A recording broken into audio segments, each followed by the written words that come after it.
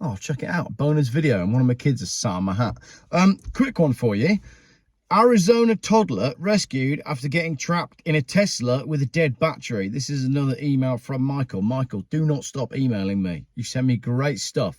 So, what we got going on here? This is a Tesla Model Y.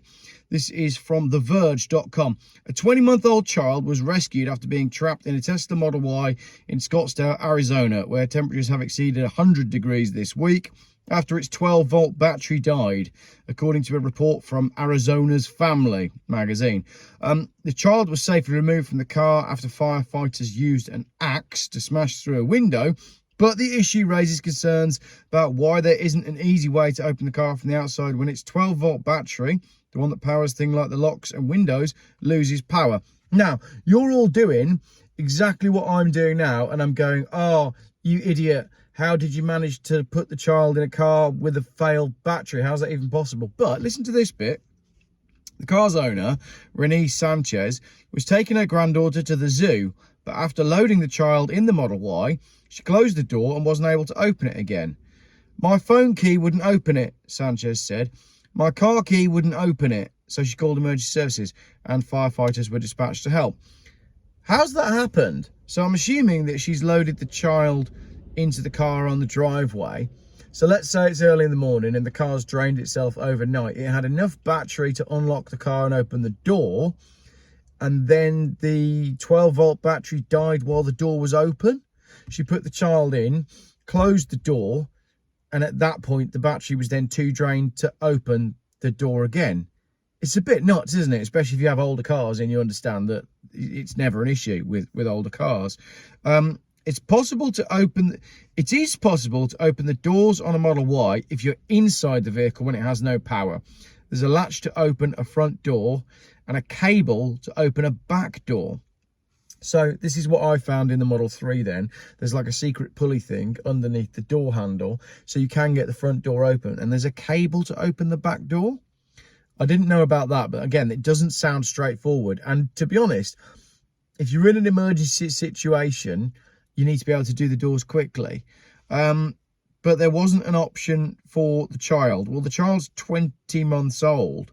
So even if you're locked in a normal car, it's going to be difficult, especially if you've already strapped the child in. If you've already strapped the child in a car seat, you're then not going to be able to, even if you can talk the child into how to open the door, you can't do it if they're in the child seat. So that is a bit of a, it's a no-go situation. That wasn't an option. The child was buckled into their seat while Sanchez was stuck outside the car. As I said, you can jumpstart a dead Tesla to be able to get into it, but it can be a complex process. See the MacMaster's video when his 12-volt battery went down on his Taycan. He had to then fiddle around with the key and all sorts. It's not an easy thing to do. Tesla didn't respond to a request for comment. It has dissolved its press office. Earlier this week, Arizona Family reported on an instance of a woman getting trapped in her Model Y, though she was able to get out of the car once she learned of the latch. Last year, an Arizona driver said he was trapped in his Model Y on a hot day and got out thanks to help from his sister. Again, Lee the Mapmaster got trapped in his Porsche Taycan. So, isn't it a bit odd that these electric cars, and I said this before, we're making things electric that don't need to be electric. The door locks and the door handles, they never needed to be electric. These pop-out door handles that, well, they're to save fuel economy. No, they're not. It's just a fashion accessory. There's no need for it. Cars have moved away from the basic things that they required of being a car, and now all this tech is overloading the batteries. I don't really understand how the 12-volt battery went down like that, but the 12-volt battery is what causes many of the problems in a lot of these electrical vehicles. Just ask the AA or the RAC. Generally, it's the 12-volt battery that's the problem, because in a traditional internal combustion engine car, you're charging the 12-volt battery via the belts and the alternator, but you don't have that in an electric car. So there's more load on the battery when the car's not being used because it's not recharging at the same rate. The 12-volt battery has always been a bit of a tricky one for me on electric cars, because it doesn't naturally make loads and loads of sense. Also, they're expensive, as we saw for Lee's Porsche Taycan when his 12-volt battery failed and he was quoted over £2,000 to replace it. So there we go. quick little story. Would you want your child strapped in your car and locked in? Also, how long did it take the emergency services to arrive? I can't imagine that was a quick thing.